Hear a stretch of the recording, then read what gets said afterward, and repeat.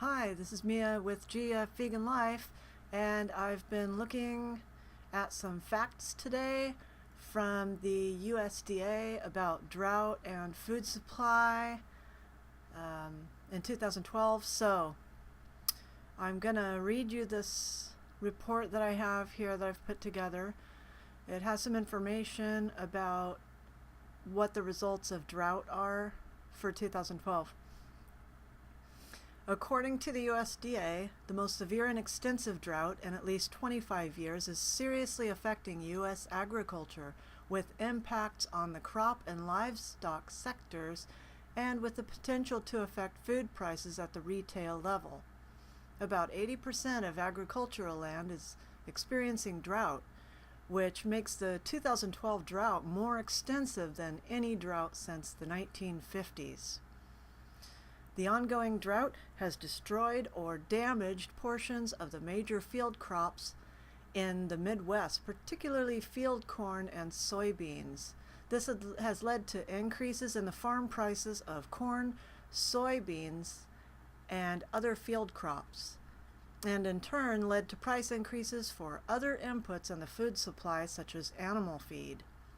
Sweet corn eaten by humans is distinct from field corn used for feed and is not being heavily affected by adverse weather at this point.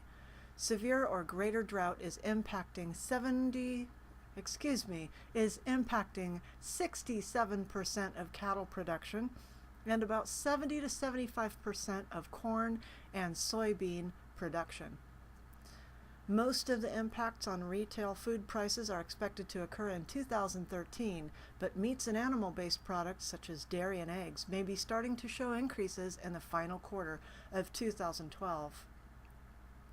Drought conditions led to herd culling in response to higher expected feed costs, and this liquidation led to temporarily reduced prices for beef and pork in the months of August and September. However, the October CPI report indicates that the impact of the liquidation has ended, and prices for beef and pork are now expected to increase through 2013. Wheat. Wheat is widely produced across much of the drought-affected area of the Midwest, but most of the wheat in this region is harvested in the spring and early summer, so it reached maturity before the dry conditions materialized. Fall harvested wheat, spring wheat, is produced mainly in upper Midwest and northern plain areas that have been relatively less affected by the drought. Consequently, 2012 wheat yields estimated at 46.3 bushels per acre are 2.6 bushels per acre above estimates for the 2011 crop, and wheat production this year could exceed last year's harvest by 270 million bushels, or more than 13%. So to summarize, in 2012 it was not a good year for crops, mainly corn and soybean feed for animals, and not the kind for human consumption.